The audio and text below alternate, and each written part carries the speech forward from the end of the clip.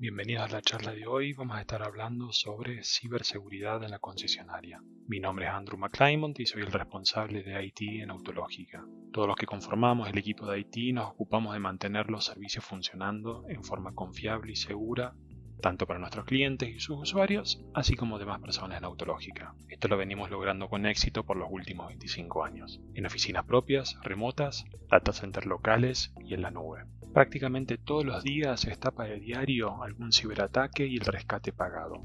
Incluso lo leemos en medios masivos, cosa que no sucedía años atrás. Puede que sea porque sucedió cerca o en el extranjero, fue atacado una empresa grande o una pequeña, un individuo o un gobierno entero. Por un momento podemos llegar a creer que es un tema ajeno, remoto, la noticia es de Estados Unidos o es de Europa, que el afectado es una multinacional y que por todas estas diferencias nuestra concesionaria es inmune. No es lo demasiado grande para tentar que nos ataque nadie. No funciona así. Salvo algunos casos excepcionales, no son ataques teledirigidos a una empresa en particular. Son ataques que se realizan en forma masiva, al montón. Eventualmente alguien termina siendo vulnerado. Es como ir a pescar. Los atacantes salen a internet a pescar con la red más fina, no con una caña de pescar. En definitiva, si aún no han caído como víctimas, pronto les va a suceder. Hoy, mañana, en un mes, en un año. Es más, varios de los que se han sumado hoy aquí ya han sido víctimas y quieren evitar serlos de vuelta.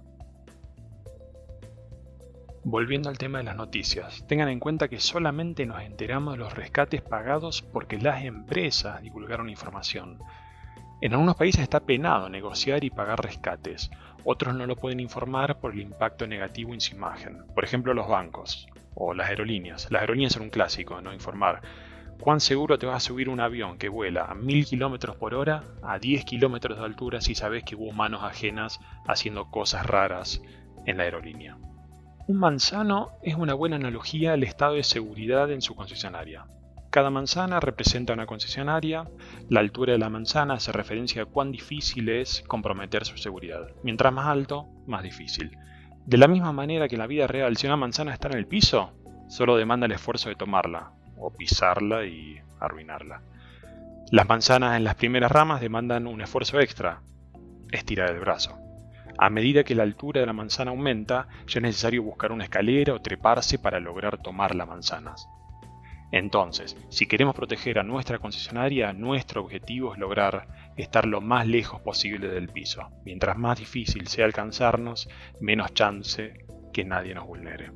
Estamos hablando de una industria, la industria de los ciberataques. Se estima que este año genere perjuicios a nivel global por 6 trillones de dólares. Eso es un 6 seguido de 12 ceros en dólares. Y para el 2025 se calcula que llegará a los 10 trillones el perjuicio global. De vuelta, en dólares. Quienes nos atacan lo hacen en forma automática, descubren cada dispositivo que conectamos a internet en pocos minutos y comienzan a buscar activamente cómo vulnerar ese servidor, esa notebook, ese móvil. Esto es sin intervención humana. Está todo automatizado, trabaja las 24 horas todo el año y hay miles de estos atacantes. Y si con eso no alcanza, generan campañas masivas por email, redes sociales, incluso desarrollan aplicaciones móviles para que te las bajes pensando que son una cosa que no lo son. Hasta llegan a publicar propagandas en medios masivos, online, para llevarte a un link especial. Todo esto está pensado para que hagamos clic donde no deberíamos. Una vez que hacemos clic, logramos el propósito de ellos, que es vulnerarnos. Si no tomamos en serio la seguridad en la concesionaria, eventualmente nos convertimos en víctimas. Lo mejor que podemos hacer es reconocer el riesgo de un ciberataque, disminuir la probabilidad de que suceda y prepararnos para minimizar el impacto, y así volver al ruedo cuanto antes. Hoy por hoy está de moda los ataques de tipo ransomware. Son aquellos ataques donde toman control de nuestros datos, nuestros archivos, nuestras bases de datos, las encriptan con una contraseña que solo ellos saben y automáticamente perdemos el acceso. Nos piden un rescate, si pagamos nos devuelven lo nuestro, tal vez. Digo tal vez porque hay casos que piden un segundo rescate. Desde Haití ya hemos asistido a muchos clientes que alojaban al DMS en su concesionaria. Nos participaron para validar si efectivamente era irrecuperable la información y lamentablemente en cada oportunidad fue así. tuvieron que decidir entre pagar el rescate o perder información. ¿Cómo funciona un ciberataque? A grandes rasgos. La concesionaria es hackeada, de la forma que sea. La computadora estaba desactualizada, instalé una aplicación que no debía, hice clic en un vínculo que no debía. Me adivinaron la contraseña porque era muy fácil. En forma automática se copia la información de la concesionaria a sus servidores. Se toman un tiempo para aprender de la operatoria de la concesionaria, su infraestructura, servicios y programas que usamos. Se ocupan de infectar otros equipos y de dejar puntos de entrada por si son detectados. Seguido este periodo de relevamiento, se ocupan de preparar el terreno. Si hay un proceso de backup, lo arruinan, porque la clave está que la concesionaria no le quede otra que negociar un rescate. Finalmente se dedican a encriptar todos los archivos, bases de datos e incluso discos, con una contraseña que solo ellos saben. El cliente descubre que perdió el acceso a todo. De más hasta decir que desde ahora ya no se factura más en la concesionaria. Con la información que relevaron y revisando nuestros perfiles en redes sociales ya calcularon el monto del rescate. Ese es el mensaje que vamos a ver en las pantallas. Debemos transferir tantos bitcoins a ellos si queremos recuperar nuestros archivos. Los bitcoins son una forma de pago digital descentralizada. No intervienen bancos ni tarjetas de crédito. Una vez hecho el pago no se puede rastrear. Comienza un periodo de negociación entre la concesionaria y el atacante. A veces se reduce el rescate, pero nunca considerablemente. Recuerden que no somos la única víctima. Tienen miles de clientes a quien cobrar el rescate. Cobran uno más o uno menos, no les mueve la aguja. A nosotros sí, porque de eso depende que logremos volver a acceder a nuestros propios archivos. En el mientras tanto, en la concesionaria recuerdan que tenían backup, o eso creían. Van a intentar recuperar la base de datos desde el backup para descubrir que el backup también fue encriptado. O el backup no anda, o el backup que tenemos es tan viejo que es lo mismo que nada. El tiempo pasa, en la concesionaria tienen que decidir qué hacer, porque recordar que pasan los días y se sigue sin facturar. Entonces, pagar el rescate o volver a cargar los últimos meses en el sistema. De alguna forma la concesionaria logra volver a la normalidad, porque pagó el rescate o porque volvió a cargar toda la información en el sistema. El DMS vuelve a la vida y pueden volver a facturar. Espectacular. Pero, dado que en la concesionaria solo se ocuparon en devolver a la vida el DMS, al tiempo los hackean de vuelta. ¿Por qué? Porque o no se hizo ninguna mejora de fondo en lo que refiere a ciberseguridad o en algún lugar de la concesionaria quedó alguna herramienta de los hackers que les permite volver a entrar en el futuro. ¿Recuerdan que al principio se copiaron los datos? Bueno, resulta que ahora tienen los datos de los clientes de la concesionaria y pueden avanzar a extorsionar a los clientes. A esta altura pueden pedirnos un nuevo rescate para no divulgar la información de los clientes de la concesionaria y por otro lado es muy probable que comiencen a atacar a los clientes de la concesionaria apoyándose en información que extrajeron originalmente. Y finalmente, si efectivamente pagamos, ¿por qué no hackearnos de vuelta? Ya saben que somos buenos pagadores. Las formas clásicas de lograr meterse en nuestros servidores giran habitualmente alrededor de algunos pocos pilares. Contraseñas. Fáciles de adivinar o estamos reutilizando contraseñas. Si la misma contraseña que uso en la concesionaria la suelo usar en otro servicio, digamos Facebook, el día que hackeen Facebook se llevan millones de contraseñas, ¿sí? Ahora van a probar de usar esa contraseña en la concesionaria. Y de vuelta, no es una persona que está probando contraseñas, son sistemas automatizados que trabajan las 24 horas. Otra forma, ingeniería social. Nos hacen creer que estamos hablando con alguien que no es, ¿sí? Nos hacen seguir una serie de instrucciones para infectarnos. La forma más común es con un email masivo, impersonal y un link que infecta al equipo. A este método se lo conoce habitualmente como phishing. También está la posibilidad que el email esté teledirigido a nosotros. Si tienen más detalles sobre nuestra persona o actividad, pueden escribirnos correos que parecen realmente legítimos. Recordad que nuestros detalles, el de nuestros compañeros, están en todos lados: Twitter, Facebook, Instagram, LinkedIn o búsquedas en Google. La otra es robo de identidad, la misma estrategia que antes, pero están interesados pura y exclusivamente en robar nuestras contraseñas para hacerse pasar por nosotros. Aprovechan los métodos de recuperación de contraseñas de Gmail, WhatsApp, Facebook para ir haciéndose de nuestros perfiles y luego con esos accesos tomar acciones por nosotros. Acceder al home banking es un clásico para el usuario hogareño. En una concesionaria sería loguearse como nosotros. Ya dijimos que no hay una solución definitiva, pero podemos defendernos y mejorar nuestras chances. La forma de defendernos es en forma de capas. En cada capa se desconfía de la capa anterior, de tal manera que si vulneran una de las capas, está la siguiente. Todas estas defensas conforman nuestra política de seguridad. Política de seguridad que debe tener un responsable, alguien que las ponga por escrito, se asegure que se implementen en primer lugar y luego asegurarse que se están llevando a cabo a lo largo del tiempo. Además, ese responsable de ocuparse de mejorarlas. Los ataques van a ir evolucionando y eso mismo debemos hacer nosotros con nuestra estrategia de defensa. Por ejemplo, una de las últimas formas de infección es apostando a los empleados llamados enojados. Por email, por redes sociales, como sea, les hacen llegar instrucciones a estos empleados enojados de la concesionaria para que con un solo clic infecten a la concesionaria entera, a cambio de un porcentaje de las ganancias que se logren cobrar. Implementar una política de seguridad. A ver, veamos. Consiste en definir quién de la concesionaria se va a ocupar de llevar adelante una serie de procesos para asegurarnos que día a día podemos trabajar con confianza. Y si llega a suceder el hackeo, esta persona ya sabe cómo resolverlo para volver a la normalidad. Es un párrafo, 50 palabras, como mucho. ¿Y por qué no lo hacen todos? El día a día nos trae urgencias, proyectos estratégicos, clientes nuevos, clientes viejos que no queremos perder, eventos, lanzamientos, capacitaciones, vacaciones, licencias, problemas acá y allá. ¿Qué hago? ¿Resuelvo el hoy y ahora o me pongo a trabajar para evitar que suceda algo en algún momento de la vida? Partiendo desde la gerencia, la empresa entera tiene que impulsar la seguridad de los datos. Es en definitiva lo que asegura la continuidad de la empresa y en consecuencia asegura que todos cobren su sueldo mes a mes. Ya dijimos que se trata de trabajar en capas. Primero vamos a tratar de anticiparnos lo más que podamos al problema. Esto sería todo lo que vamos a hacer antes de que siquiera se prenda una computadora. Si ese batallón de medidas proactivas falla, tenemos las activas. Son todas las medidas que nos cuidan mientras estamos trabajando con la computadora encendida. Y finalmente, cuando todo esto falle, tenemos el plan de contingencia, aquello que vamos a hacer para recuperarnos de un ataque que no pudimos frustrar.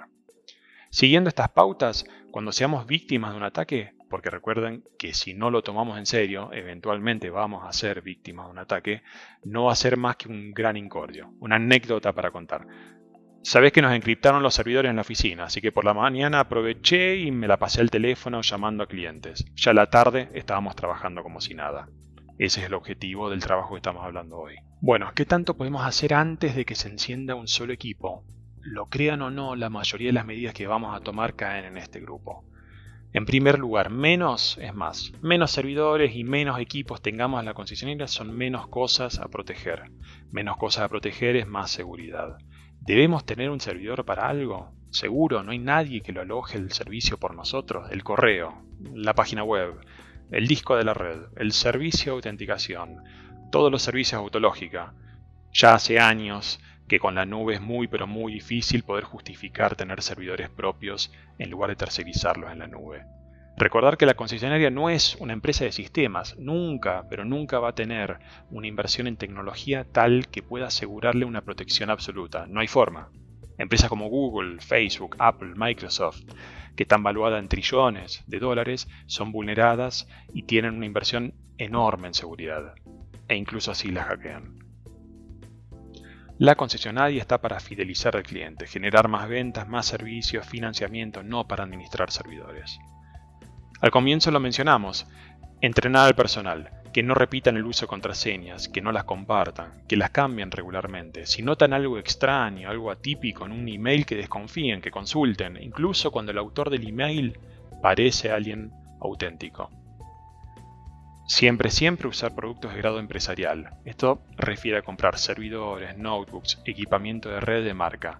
En lo que refiere al software, asegurarnos que nos vendan copias legítimas, vigentes y orientadas a las empresas. Nada de usar productos hogareños, nada de usar productos gratuitos. Solamente el equipo de IT de la concesionaria debe poder realizar tareas de administración en las notebooks. Solamente ellos deben poder instalar software en los equipos. Ellos se van a ocupar de que el software que corre en la concesionaria es imprescindible y por sobre todo que sea seguro. Los servidores y equipos de red de la concesionaria tienen que estar bajo llave. Un simple candado alcanza. Ideal sería tener cámaras, lectores biométricos, alarmas, sensores de movimientos, pero mientras tanto un simple candado. Siempre hay tiempo para mejorar luego. La red de datos tiene que estar dividida entre el Wi-Fi de invitados que le ofrecen a los clientes, la red de los empleados que usan para trabajar y la red de los servidores. De esa forma, si alguna computadora se infecta en una de esas tres redes, solo afecta a los equipos de esa red en particular y no la concesionaria entera. Tenemos que estar atentos que en la red de empleados y servidores no se conecten dispositivos extraños. Solamente queremos que los dispositivos que son gestionados por IT estén enchufados a estas dos redes. Si persistimos con la idea de alojar nuestros propios servidores, existen empresas que pueden realizar pruebas de ataque en la concesionaria y revisar si se nos ha pasado algo por alto. Suelen ser bastante caros estos servicios porque revisan absolutamente todo en gran detalle y los mismos servicios que le venden a una empresa en Argentina se los venden a una empresa en Estados Unidos. Tener implementado un proceso de backup, luego vamos a ver con detalle al final el tema del backup. El backup va a ser nuestro salvoconducto cuando absolutamente todo falle. Finalmente, hay que asegurarse que todo lo que hemos implementado arriba se siga haciendo día tras día. Para esto hay que controlarlo, probarlo, monitorearlo. No son cosas que uno las configura y funcionan eternamente. Hay que asegurarse. Que estén funcionando como un relojito es la diferencia entre la concesionaria siga o no facturando. La clave, una vez más, es no confiarse. Bien, perfecto. Logramos hacer todos los puntos anteriores. Finalmente pudimos encender la luz. Se prenden los servidores, las notebooks tienen red. Ahora hay que cuidarnos de las cosas que nos suceden en el día a día. Ese email con un link extraño, ese servidor que está expuesto a internet, esa actualización urgente que publicó Microsoft. Ahora es momento de preocuparnos por estas cosas. Primero, hay que saber que debemos proteger todos los equipos de la concesionaria, sea un servidor, una notebook, un equipo de red, los celulares de los empleados. Si un equipo se usa en la concesionaria, demanda nuestra protección. A lo largo de todos los servidores, notebooks y móviles toca instalar antivirus, anti-malware, anti-rootkit, anti-ransomware. Siempre hablamos de productos de grado empresarial. Aquí no podemos implementar soluciones gratuitas o hogareñas. Las versiones de grado empresarial tienen algo en particular muy útil en las organizaciones, que es una consola central de administración. Esto nos permite desde un solo lugar saber si están todos actualizados y quién está siendo atacado en particular. Nuevamente el concepto de monitorear. Filtros web. A veces es parte de los productos que ya mencioné antes. Un filtro web se ocupa de que los empleados ni siquiera puedan abrir páginas web que ya se saben de antemano que pueden infectar al equipo. Filtros de spam. Se ocupa de que solo llegue a la casilla de la gente correos legítimos. Filtra todo lo peligroso y sospechoso. Firewalls. Son dispositivos o programas que filtran lo que puede llegar desde Internet a la concesionaria. En primer lugar, queremos un firewall sobre el acceso a Internet de la concesionaria entera. Eso nos protege en forma global. Y luego, en cada equipo de vuelta un firewall haciendo un filtrado mucho más fino, que solo permita que a ese servidor en particular entre lo mínimo indispensable.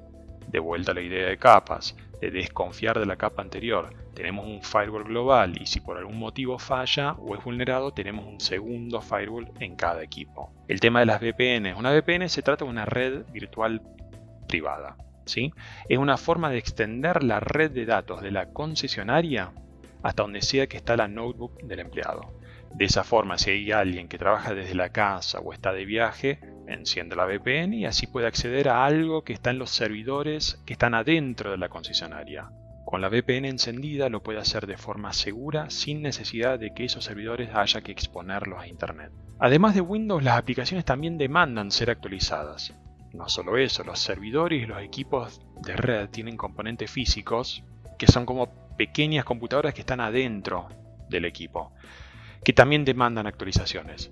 Hay que estar al tanto de qué instalar, dónde y cuándo.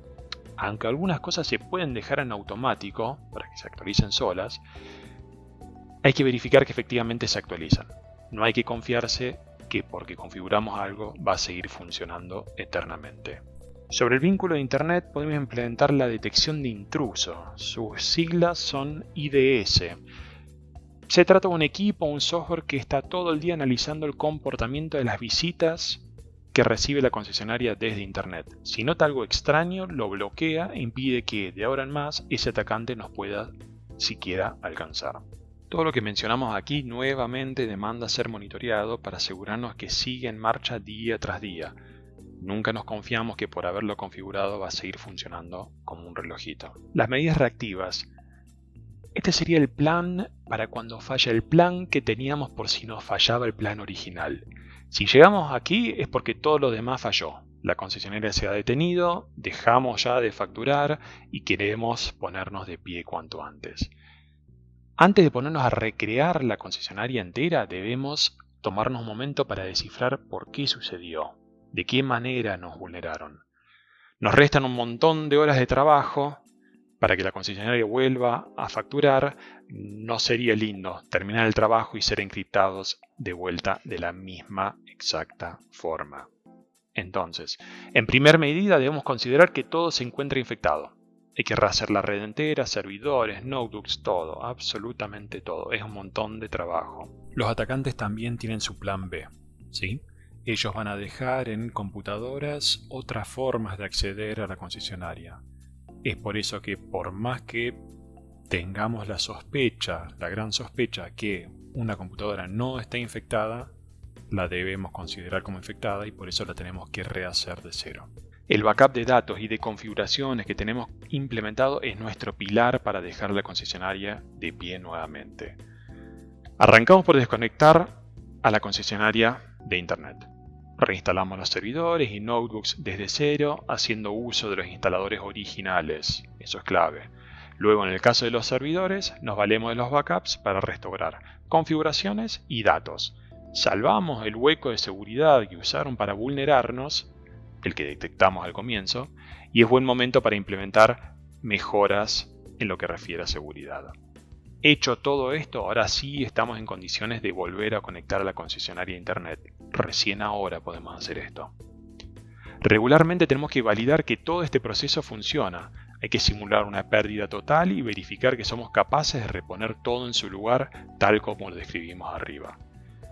En algunos mercados existen aseguradoras que tienen pólizas. No pueden protegernos ante un ciberataque, sirven más que nada para salvar en alguna medida el dinero que vamos a ir perdiendo día a día mientras no estemos facturando. El plan C nuestro, que mencionaba antes, demanda realizar backups y demanda respetar algunas buenas prácticas. No sirve de nada un backup que al querer darle uso descubrimos que es parcial, viejo o está corrupto. Tampoco sirve un backup que, como nadie lo sacó del servidor, se encuentra encriptado por cortesía de los hackers como el resto de las cosas. Existe una forma de hacer backups muy confiable, se la conoce como 32110. Los números refieren a las cantidades. El primer número, el 3, refiere que haya al menos 3 copias de los datos. El número 2 refiere que haya al menos 2 copias grabadas en dispositivos diferentes. El 1, el primer 1, que haya al menos una de esas copias físicamente fuera de la concesionaria y desconectada de Internet. El 1 siguiente refiere que una de esas copias esté en la nube. El 0 final es la cantidad de errores que toleramos cuando se realiza el proceso de backup. El proceso de backup tiene que andar perfecto día tras día. Dado que estamos trabajando con los datos de la empresa, tenemos que utilizar un software de backup de grado empresarial. El resguardo debe hacerse mínimamente en forma diaria. Como todo lo que venimos viendo, debe validarse que el backup efectivamente funciona. Existen productos de backup, serían los de grado empresarial, que luego de hacer el backup pueden verificar si el backup realizado sirve de algo. Hacen el backup, lo restauran, ejecutan una serie de pruebas y recién allí se entiende que fue bien hecho el backup. ¿Qué más? ¿Cuánto tiempo debemos guardar los backups? ¿Cuál es nuestro histórico? Existen diferentes estrategias. Una muy común es todos los días hacer un backup y conservar las últimas 15 copias. Cada fin de semana realizar un backup y guardar las últimas 4 copias. Cada fin de mes realizar un backup y guardar las últimas 12 copias. Y finalmente realizar un backup anual y se guarda para siempre. De esta manera contamos con muchos backups recientes, algunos de las últimas semanas y luego backups más espaciados que serán los mensuales y finalmente los anuales. Tema importante. Los backups que se guardan fuera de la concesionaria deben estar encriptados con una contraseña que solo conoce el equipo de IT y gerencia. El backup, el dispositivo, tiene que ser conservado en un lugar y la contraseña en otro, de tal manera que si se roban el dispositivo de backup no lo pueden acceder porque no tienen la contraseña. Un ejemplo de una política de backup. Todos los días se hace un resguardo. Ese resguardo se guarda en el disco rígido mismo del servidor. En forma automática el backup es subido a la nube. En forma automática también se copia ese backup a un disco externo que se encuentra colgado del servidor. Recibimos un aviso por email en forma automática diciéndonos que el backup, las pruebas de restauración y las copias fueron todas hechas con éxito. Tomamos ese disco externo y nos lo llevamos fuera de la concesionaria. Lo dejamos en una caja de seguridad, por ejemplo, desconectado de internet. Esa es la clave. En el servidor colgamos otro disco externo para que allí se copie la siguiente copia. ¿Qué logramos con ese ejemplo? El primer 3, el al menos 3 copias, una en producción, el backup local en el servidor, uno en la nube y la copia en el disco externo fuera de la concesionaria. También logramos el 2, el al menos 2 copias en lugares diferentes, una dentro del servidor y otra en el disco externo, aunque también logramos una tercera copia en la nube. Recuerden que es un al menos 2. El al menos 1, el primero de los unos, la copia fuera de la concesionaria, porque no solo nos llevamos un disco externo, sino que además tenemos otra copia en la nube. El último 1, el al menos 1 de copias en la nube y finalmente el 0, que es la cantidad de errores que dio el proceso de backup. Es la realidad que nos toca. Opiniones mediante es lo que trae aparejado desde hace rato ya el mundo de la hiperconectividad, la posibilidad de trabajar desde donde sea, cuando sea, integrar sistemas entre sí. Luego de hacer todo lo que charlamos, pero solo si efectivamente nos ocupamos, es que existe la posibilidad que no nos hackeen. Ojalá, pero eso solo puede tal vez suceder si nos ocupamos antes. Luego de implementar todo lo charlado, tenemos que evolucionarlo mes a mes, porque los ataques van evolucionando y debemos monitorear que el trabajo que hemos hecho siga en pie. Allí es clave la figura del responsable. Alguien debe hacerse dueño de la problemática. Y como dije varias veces, incluso con tanto esfuerzo, hay que asumir que nos va a terminar pasando. Pero como nos preparamos para esa situación también, podremos salvarlo y dejar la concesionaria facturando cuanto antes. ¿Cómo seguir? Con este contenido en mano deben explicarle, venderle, como quien dice a la gerencia, que la seguridad de los datos es algo clave para la continuidad del negocio. Superado eso, toca designar a quién es el responsable de la seguridad de datos en la concesionaria. Esa persona luego será la encargada de darle seguimiento al plan de protección de datos. Aquí es invaluable el equipo de IT en la concesionaria. Hay algo clave. Por ser el responsable no significa que debe ser un ingeniero en seguridad informática. Claramente ayudaría, pero no es necesario. Solo estamos buscando a alguien que se haga responsable, que se haga dueño y supervise que la política de seguridad se está llevando adelante y validar que regularmente todo lo implementado siga funcionando. Del operativo se ocupará gente especializada. Bueno, espero que este video les haya servido para tener una mejor idea de cómo implementar una política de ciberseguridad en la concesionaria o bien para mejorarla.